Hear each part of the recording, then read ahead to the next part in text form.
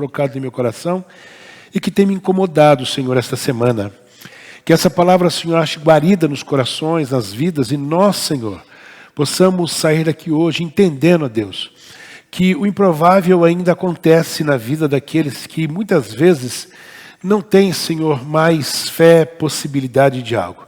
Tenha misericórdia, Deus, da minha vida nessa noite e que a tua igreja receba essa palavra no nome de Jesus. Amém. Amados, o texto que foi lido no início está lá em 2 Crônicas, capítulo 33. Né? É interessante que essa mensagem veio ao meu coração porque no último domingo, ou na última quarta, eu acho que foi na quarta, nós, ao recebermos aquelas papeletas de pedido de oração, tinha lá, né? E a irmã está aqui, que eu já a vi, né? Não vou citar o nome dela, e ela escreveu no papel pedindo oração pela família, parece-me que eram os filhos, e ela coloca assim, que ela estava como que perdendo a esperança, né? Por conta de uma série de dificuldades que tinha dentro da família. Quando eu li aquilo, eu não falei com a igreja natural, pedi oração e oramos. E aquilo ficou no meu coração. Eu fiquei, Jesus, tem misericórdia. A última coisa que o ser humano crente pode perder é a esperança. Nós não podemos perder.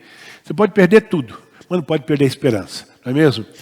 E eu, lendo a palavra ontem, eu me dediquei praticamente toda a parte da manhã para estar orando a Deus e fui para a minha biblioteca e Deus me deu essa palavra, que está aqui, contida no capítulo 33 do livro de Crônicas. Eu vou falar de um rei, de um dos reis de Israel. É interessante dizer que a história dos reis de Israel, né, sempre começa com uma frase, né? Fez o que era bom aos olhos do Senhor, ou fez o que era mal diante dos olhos do Senhor. Não existe meio termo. Não existe um rei que está escrito assim, ó, ele foi mais ou menos. Não, o cara era bom ou o cara era ruim. Né? Alguns reis foram fiéis a Deus. Outros foram honrados, vitoriosos, mas outros também preferiram adorar a outros deuses e seu reinado foi um arraso, como por exemplo Acabe. Não é? Os reprovados, os que foram reprovados na palavra de Deus, dificilmente tiveram uma nova oportunidade. Dificilmente. Mas o rei Manassés de Judá teve uma segunda oportunidade, uma segunda chance de se consertar diante de Deus. Este homem, ele não existe na Bíblia, nenhum dos reis que governou Israel, não é, que governou Judá, que fez tanta loucura como este homem. Talvez nenhum homem, não existe na Bíblia, tenha cometido tanta perversidade como Manassés. Ele foi o 13º rei de Israel, governou durante 55 anos. Né? O nome dele foi dado pelo pai dele. E o nome dele significa aquele que esquece. Significa exatamente isso o nome Manassés, aquele que esquece. E ele se esqueceu de Deus. Quando o pai deu esse nome, não foi por conta disso. Daqui a pouco eu vou dizer por que o pai deu o nome de Manassés para ele. Na verdade, alguns teólogos consideram que Manassés é o filho pródigo do Velho Testamento. Ele é o filho pródigo. Não tem aquele filho pródigo que Jesus conta? Esse aqui é o filho pródigo do Velho Testamento. É interessante que quando você começa a analisar a vida de Manassés, ele teve alguns privilégios. Mas pensa num homem privilegiado, não é? O seu nascimento foi um verdadeiro milagre. Por quê? Porque ele não ia nascer. Mas por que ele não ia nascer? Porque o pai dele, que era o rei Ezequias, ficou doente. E vocês conhecem a história. E esse pai, ao ficar doente, uma ferida lhe nasceu, podemos dizer que seria um câncer nos dias de hoje, e nada dava jeito, e de repente está todo mundo no quarto, o profeta chega, e o profeta vira para ele e diz, meu filho, arruma a tua casa porque certamente morrerás. Todo mundo conhece o texto, não é? A Bíblia diz que Ezequias virou para a parede e chorou amargamente, o profeta volta e Deus lhe acrescenta mais 15 anos. Nesses 15 anos é que nasce Manassés. Manassés viveu com o pai durante 12 anos. 12 anos. E é interessante que quando você pega a história de Ezequias, Ezequias tem uma história fantástica, porque ele foi um rei bom. Ele foi o rei que tirou os deuses profanos de dentro de Israel, de dentro do templo. Não é? Ele foi um rei que foi modelo para a sua época. E ele contava isso para Manassés.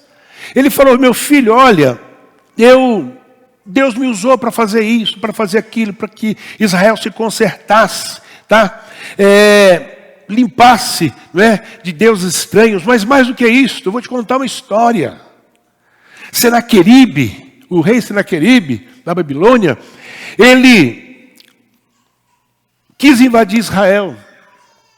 E esse rei, ele começou a blasfemar contra o nosso Deus. É tão interessante que isso está registrado no capítulo 32. Né?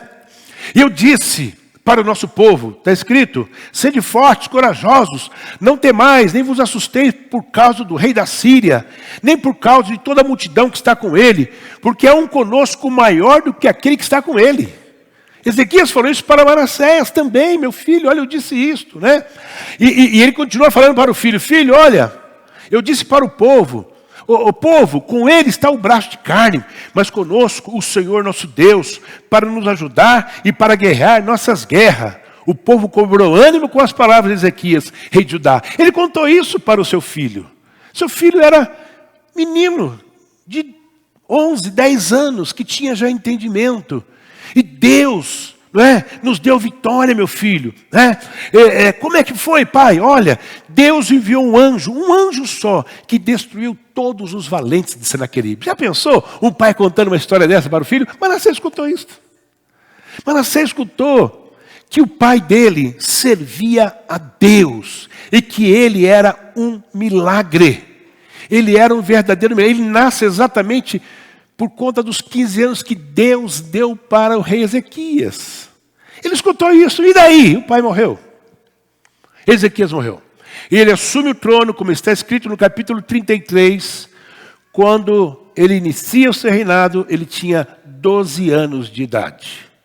Ele era o primeiro da linhagem, então ele assume o reinado com 12 anos, ainda que durante essa época, e para quem não sabe, todo judeu,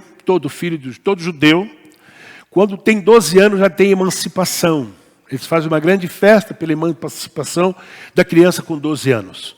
Não é? Tanto que Jesus estava lá no meio de doutores que tinha 12 anos, porque ele já tinha emancipação. E esse menino, ele tem emancipação e já assume o reinado, ainda que tinha um grupo de homens que o ajudava.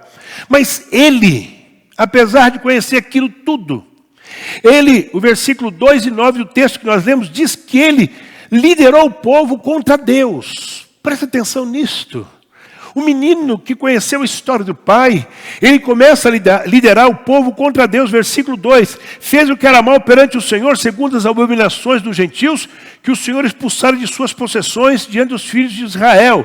Aí no versículo 9 fala: Manassés fez errar Judá e os moradores de Jerusalém. Ele incentivou o povo a pecar contra Deus. Foi um líder péssimo. Né? Ele usou a sua influência para desviar o povo de Deus. Levou a nação a adorar deuses pagãos. Se prostrou diante dos exércitos do céu. Que exército? Lua, estrela. Ele adorava estrela, adorava lua. Tá? Ele era um viciado em astrologia. Este homem, chamado Manassés, tornou de verdade um apóstata. Né? Naufragou de verdade, não é mesmo? No pecado, de uma forma terrível. Ele chega ao ponto de profanar o templo. O que ele faz? Esse louco, ele fez, ele introduz dentro da casa do Senhor ídolos abomináveis. Imagina só, dentro do templo. Ele insultou a santidade de Deus e o culto a Deus. Esse é Manassés. Esse é o moço que tinha um pai crente, um pai que conhecia Deus, mas que ele entra por um caminho errado, e mais pior do que isto. Versículo 6 fala que ele entrou pelo ramo da feitiçarias. E ele sacrifica os seus próprios filhos. Vai vendo. Ele sacrificou os seus filhos para o deus Moloque. Como é que é isso, pastor? Sim. Ele virou adivinho, agoreiro, praticava feitiçaria. Ele consultava mortos. Ele provocou a ira de Deus. Mas por que o senhor está contando isso para nós? Sabe por quê? Porque tem uma coisa. As situações que acontecem na vida da gente, as situações que acontecem dentro da casa da gente, as situações que acontecem no meio da família da gente, que a gente diz assim, não tem mais jeito. Eu entrei por um caminho tão errado. Deus não olha mais para mim. Deus não olha mais para meus filhos. Deus não olha mais para minha esposa, para o meu marido. De verdade, eu estou no vento. Eu pequei tanto. Eu fiz tanta coisa errada. E nada. E pior do que isso. O versículo 10 fala que Deus, olha só, Deus advertiu a Manassés. Deus não deixou ele errar sem o advertir. Deus o alertou, Deus o corrigiu. Deus enviou o profeta Isaías para dizer a ele o que ele estava fazendo. Sabe o que ele fez com o profeta Isaías? Sabe o que ele fez com o grande profeta Isaías? O profeta Isaías é um dos profetas maiores do Velho Testamento. Foi o que mais profetizou Jesus. Sabe o que ele fez com o profeta? Cerrou no meio. O que, pastor? O grande profeta Isaías foi cerrado no meio por Manassés. Esse é o rei Manassés. Esse é o cara que, de verdade, se ele vivesse hoje nos nossos dias, nós íamos dizer assim, quer saber de uma coisa? Eu quero que você se exploda. Eu quero que você morra. Mas eu tenho usado uma frase aqui em muitos cultos dizendo que Deus, Ele gosta de quem a gente não gosta. Como é que é, pastor? Tem isso. Deus gosta da gente que a gente não gosta. De que a gente quer que morra. De que a gente quer que se exploda. Mas Deus gosta. E quando Deus gosta, Deus faz alguma coisa. Agora tem uma coisa que esse texto me ensina. Quando Deus avisa, quando Deus fala, quando Deus manda profeta e você simplesmente vira as costas, Deus vai te tratar de uma outra maneira. Não que Ele vá te deixar morrer. Não que Ele vai deixar você. Não, Ele vai te tratar do jeito que você precisa ser tratado. Muito bem. Eu disse que o rei Ezequias contou a história para ele, que o rei Senaqueribe, da Babilônia, quis entrar lá, mas um anjo só acabou com o exército. Só que agora, não era mais Senaqueribe, porque Senaqueribe, quando ele volta para a sua terra, os seus próprios filhos o matam. Mas agora o exército da Babilônia entra dentro de Judá. Prende Manassés. Ele não escutou a voz de Deus, mas escutou a chibata. Deus é assim, Deus fala, se você não quiser, a chibata vai chegar junto. Quem não atende a voz por amor, com certeza será arrastado pela dor. Lá na frente você vai entender o que Deus quer. O rei da Síria prende o grande Manassés com ganchos e os leva cativo para a Babilônia. Levou como animal, como bicho, para que ele pudesse ter compreensão de que existe um Deus no céu. Ele foi humilhado, diz o versículo 11 e 12 do texto. Desceu ao fundo do poço, foi arrancado do trono de Jerusalém, levado para Babilônia, o centro da feitiçaria do mundo. Quando você escuta Babilônia, a primeira coisa que você pensa é pecado, coisa errada, feitiçaria. Ele foi para lá, mas chegou lá, os ídolos da Babilônia que ele adorava lá em Jerusalém, não puderam lhe ajudar. Eu vim aqui nessa noite para dizer a você que talvez tenha entrado neste templo, ou você o frequenta há dias, há anos, mas você já perdeu a esperança da sua salvação, da salvação da sua família, da salvação de uma pessoa da sua família, de alguém que você ama, e você diz assim todos os dias, não tem mais jeito. Eu perdi a esperança. Meu filho não vai sair das drogas nunca. Meu marido não vai se acertar nunca. A minha esposa vai continuar aquela doida. Eu venho como profeta de Deus para te dizer, Deus ainda ama o pecador. Deus ainda tem plano com aquele que está no lamaçal do pecado. Porque a Bíblia diz que Deus amou o mundo de tal maneira que deu o seu Filho unigênito, para que todo aquele que nele crê não pereça, mas tenha vida eterna. Deus ama o pecador. Deus ama aquele que está na sarjeta. Deus ama aquele que está enfiado nas drogas, na feitiçaria. Deus ainda ama. Deus ainda, Ele está preocupado com aquele que está longe dele, porque Deus é amor. Louvado seja o nome do Senhor. Deus é amor.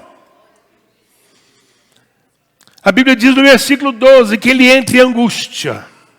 Imagine só um rei que estava governando já há anos, arrancado do seu trono, levado como um animal para a Babilônia. E no versículo 12 diz, depois de tudo, não é?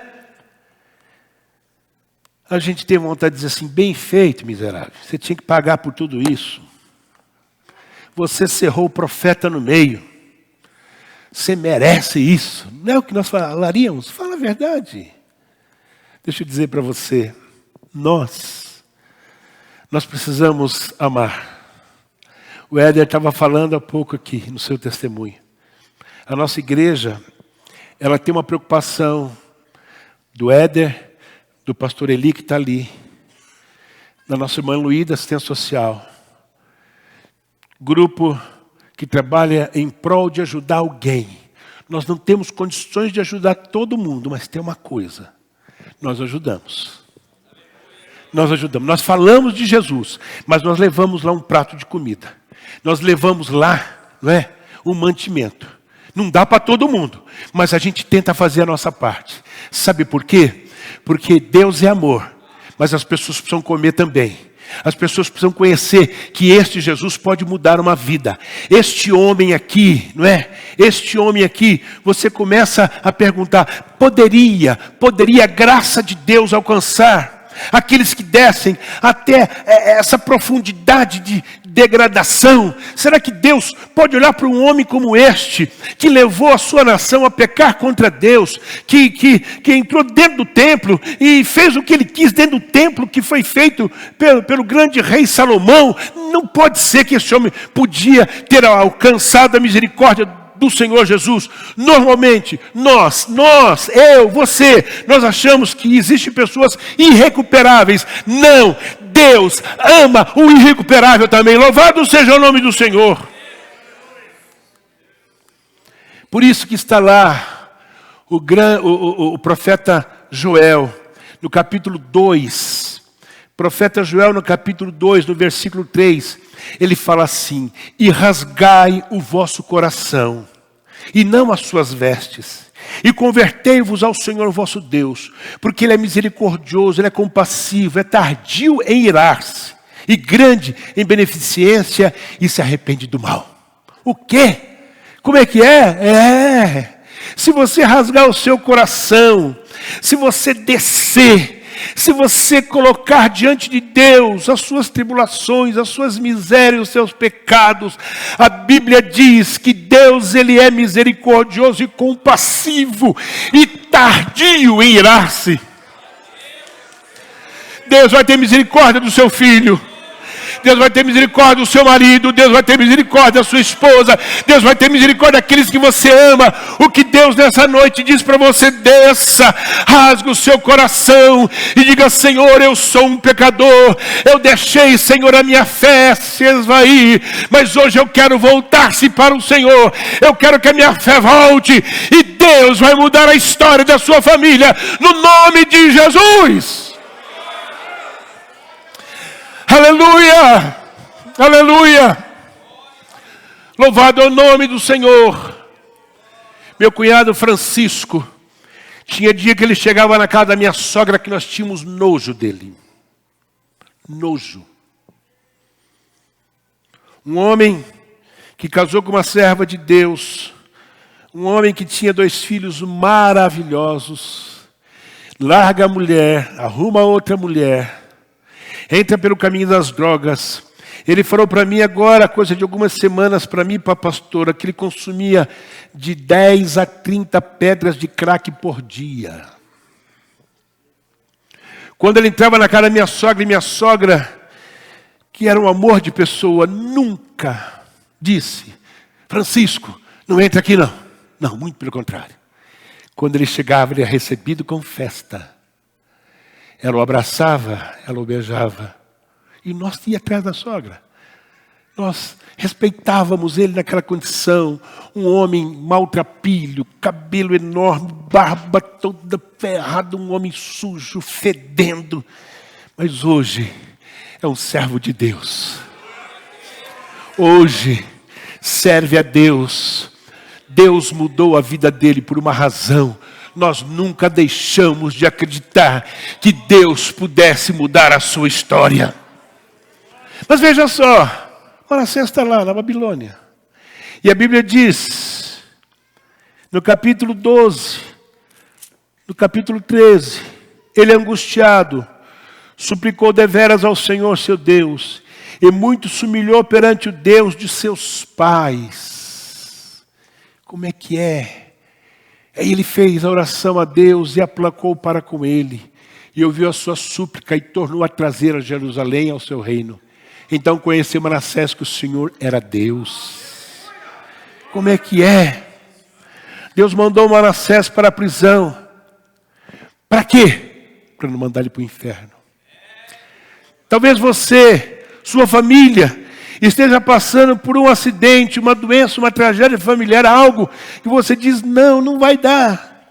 Mas lá, Paulo escrevendo aos Efésios, no capítulo 4, no versículo 4 e 5, ele diz, Mas Deus que é rico em misericórdia, por causa do seu grande amor, com que nos amou, mesmo nós estando mortos em pecados e delitos, nos fez vivos juntamente com Cristo.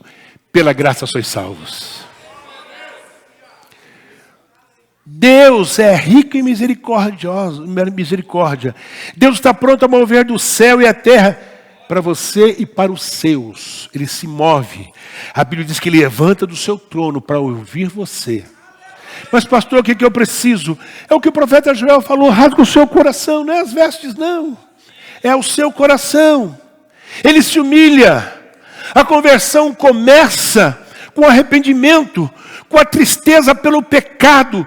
Você tem que dizer, eu pequei, eu errei, eu estou triste por aquilo que eu fiz. Com a sua consciência, não é? Daquilo que fizemos diante de Deus, dos nossos pecados, do adultério, da fornicação, do engano, da mentira, do roubo, de tudo aquilo que te tirou do foco de uma pessoa séria. Quando você entende, quando você se arrepende, Deus começa a entrar com providência na sua vida. O escritor de Romanos diz no capítulo 5 e versículo 20. Veio, porém, a lei para que a ofensa abundasse. A lei veio para que a ofensa abundasse. Os grandes doutores da lei, eles se engasgavam com o que a Bíblia diz? Como é que ele fala lá a palavra, pastor Eli? Que eles se engasgavam, né? Com uma coisa boba. Mas o texto continua. Mas onde o pecado abundou, superabundou a graça. Para que assim como o pecado reinou na morte, também a graça reinasse pela justiça para a vida. Por Jesus Cristo nosso Senhor. A lei veio. Não conseguiu consertar o mundo. Mas aonde a lei abundou, superabundou a graça. Deus, pela sua infinita graça, nos deu o seu Filho Jesus. Ele reconhece o seu erro. Ele não se auto-justificou. Não, de jeito nenhum. Aqui está um dos maiores problemas da humanidade. Hoje a pastora me chamou a atenção, porque eu estava assistindo um filme que chama Ó Jerusalém. Eu tenho este livro.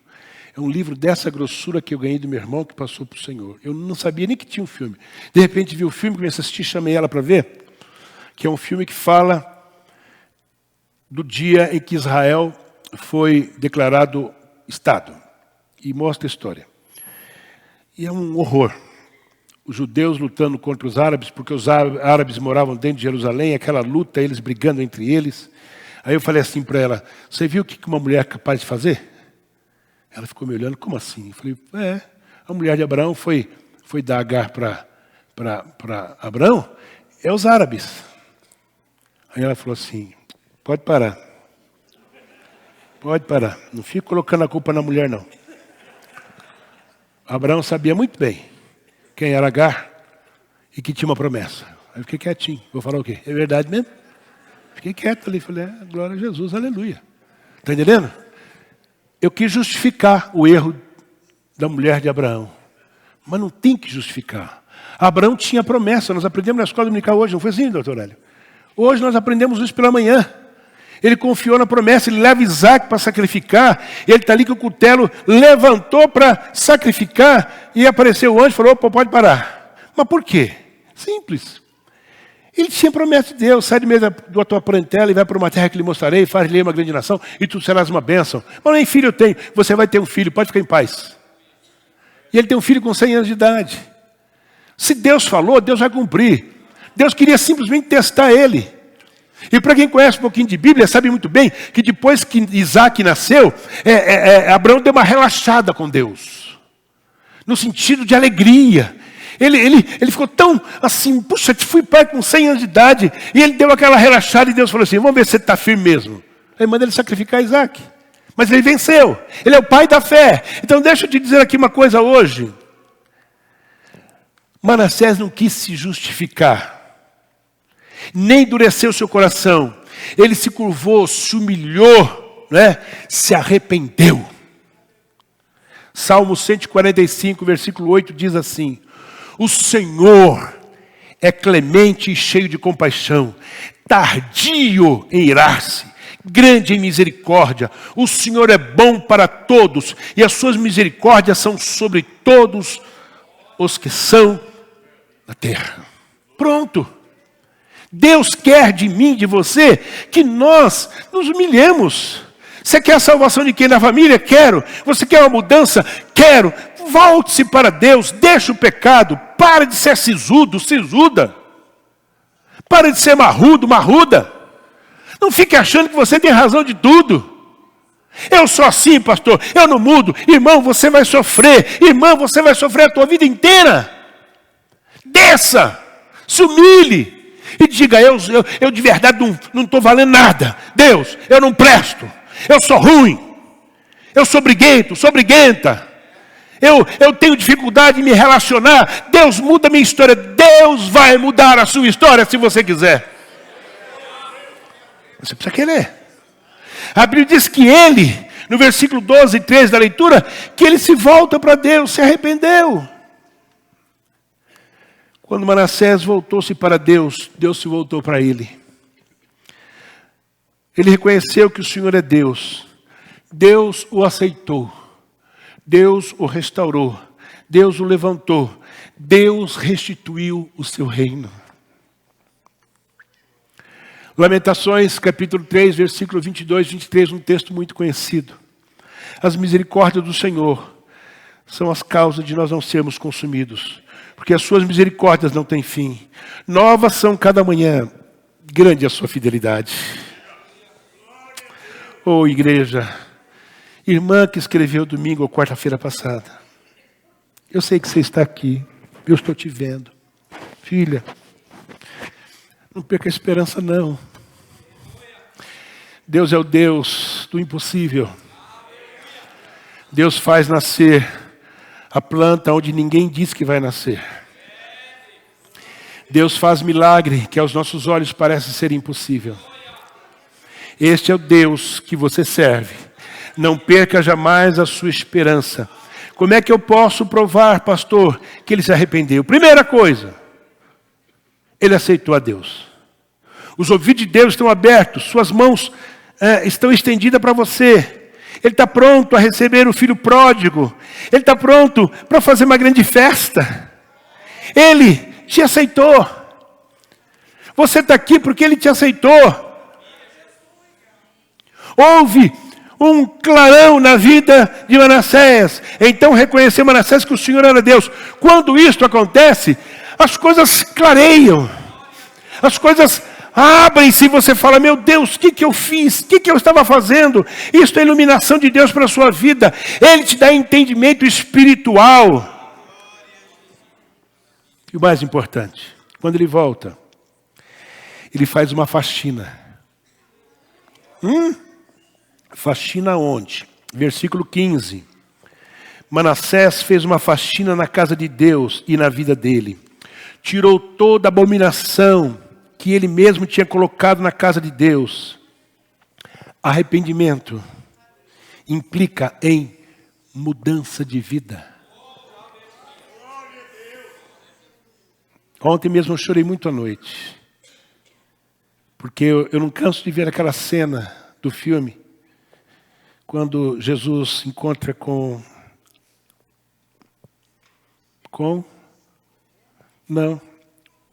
Nicodemos. Nicodemos vai ter com Jesus de noite. Ele era um dos principais fariseus, tinha alta patente. E quando ele encontra com Jesus, Jesus começa a conversar com ele. A gente vê em Nicodemos uma conversão genuína.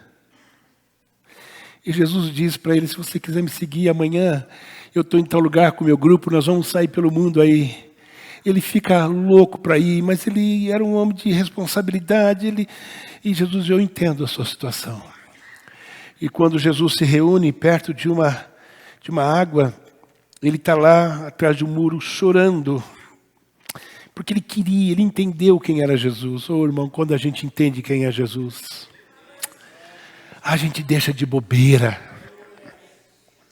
A gente diz assim, ó pastor Eli, eu pequei contra o Senhor, eu errei contra o Senhor, me perdoe em nome de Jesus. Laércio, eu errei contra você, me perdoe em nome de Jesus. Não é assim. Rodrigo, olha, eu errei contra você. Sabe, fiz tanta besteira, Rodrigo, mas, Rodrigo, vamos estar junto. É assim, irmão. É assim, não, pastor, eu sou assim mesmo, irmão, para de ser assim mesmo e seja como Jesus. A preocupação de Jesus durante todo o tempo foi que os seus discípulos fossem igual a ele. Deixa de bobeira. Tire esse nariz empinado. Desça, faça como Manassés. Quem diria que este homem pudesse se consertar? Você nunca cerrou ninguém. Você nunca pegou seus filhos e jogou no fogo. Não. Mas você tem umas loucuras, você tem uns negócios de achar que você é você e o resto é resto. Em nome de Jesus, desça. Deus quer mudar a sua vida, Deus quer mudar a sua maneira de ser hoje, no nome de Jesus. Ele faz uma faxina, tirou tudo. Arrependimento implica em mudança de vida. Você vai mostrar de verdade que você está quando você mudar. Quando você fala, vou deixar tudo, e vou a partir de hoje ser crente. Vou vir para a escola bíblica, vou entrar num pequeno grupo, eu vou voltar, eu vou falar com o Éder. Éder, quando é que é o próximo evangelismo? Eu vou estar junto, irmão, irmã, em nome de Jesus, se volte para as coisas de Deus, que Deus vai cuidar das suas coisas. Deixa eu concluir dizendo, Manassés não apenas tirou o que estava errado, mas restaurou o altar do Senhor. Começou a buscar a Deus novamente. Se voltou a Deus de todo o seu coração. Passou a consagrar-se a Deus, liderando a sua nação a voltar-se ao Deus de Abraão, de Isaac e de Jacó. Volte-se.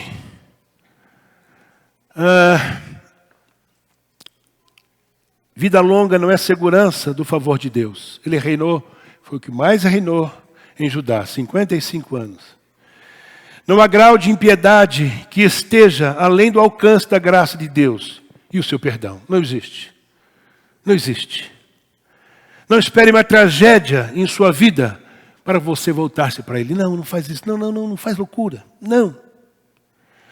Se você se voltar para Ele nessa noite, agora mesmo, Ele ouvirá o seu clamor, vai restaurar a sua alma e vai dar a você o que deseja o seu coração. se você lesse somente os versículos de 1 até o 9, você ia dizer assim, quer saber de uma coisa? Se quero que ele morra. Não, não, não. Eu não quero que você morra. E eu não quero que você tenha uma tristeza na sua vida para o resto da vida. Mas o meu desejo como pastor dessa igreja é que você se volte para Deus. Baixe tua cabeça, nós vamos orar agora. Deus e Pai, eu te agradeço, Senhor, pela tua palavra.